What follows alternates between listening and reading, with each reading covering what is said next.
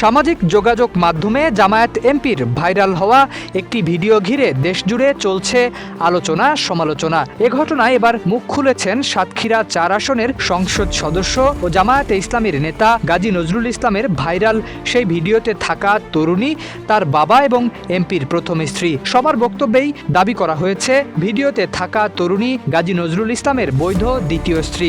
আমার স্বামী গাজী নজরুল ইসলাম শহীদ মরিয়মের সাথে বিবাহ হয়েছে, এটা নিয়ে যারা লটাস তীব্র প্রতিবাদ জানায়। ভিডিওতে থাকা তরুণীর নাম মরিয়ম খাতুন। তার বাবা মাসুম বিল্লাহ দাবি করেন, চলতি বছরের 17 জুন 3 লাখ টাকা দেনমোহরে গাজী নজরুল ইসলামের সঙ্গে তার মেয়ের বিয়ে হয়। তিনি জানান, রাজধানীর মগবাজারে তার ব্যবসায়িক কার্যালয়ে বিশ্রাম নেওয়ার সময় এই ভিডিও ধারণ করা হয়।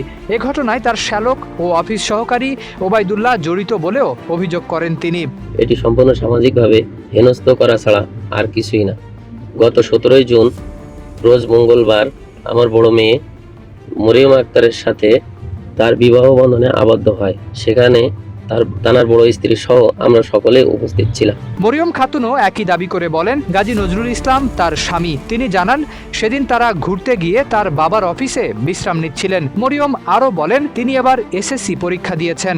যেটা করা হয়েছে সেটা ষড়যন্ত্র করে হয়েছে, আর আমরা যেটা করছি সেটা বৈধ স্বামী স্ত্রী হিসেবে করছে। আর যেটা করা হয়েছে এটা ষড়যন্ত্র করে কিছু মানুষ হেনস্থ করার জন্য, সম্মানহানি করার জন্য এটা করছে। এদিকে সাতক্ষীরা জেলা জামায়াতের সেক্রেটারি ও দলটির মিডিয়া বিভাগের দায়িত্বপ্রাপ্ত নেতা মাওলানা আজিজুর রহমান বলেন, এমপি গাজী নজরুল ইসলাম দলকে জানিয়েছেন ভিডিওতে থাকা নারী তার দ্বিতীয় স্ত্রী এবং প্রথম স্ত্রীর সম্মতিতেই এই বিয়ে হয়েছে। তবে ভিডিওটি কিভাবে প্রকাশ পেল সেটি খতিয়ে দেখা হচ্ছে বলেও জানান তিনি।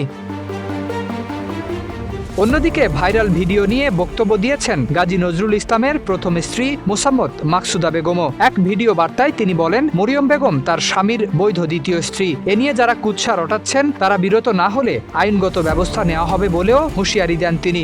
এটা নিয়ে যারা লটাস তীব্র প্রতিবাদ জানায়, এর থেকে বিরত না থাকলে আমি আইনগত ব্যবস্থা নিতে বাধ্য হব। উল্লেখ্য, সোমবার রাতে সামাজিক যোগাযোগ মাধ্যমে ছড়িয়ে পড়া একটি ভিডিওতে গাজী নজরুল ইসলামকে এক তরুণীর সঙ্গে অন্তরঙ্গ অবস্থায় দেখা যায়। ভিডিওটি প্রকাশের পর ব্যাপক আলোচনা শুরু হয়। তবে ভিডিওটি বিভ্রান্তিকরভাবে প্রচার করা হয়েছে বলে দাবি করেছেন এমপি গাজী নজরুল ইসলাম। একই সঙ্গে ঘটনার সঙ্গে জড়িতদের বিরুদ্ধে আইনগত ব্যবস্থা নেওয়ারও দাবি জানিয়েছেন তিনি।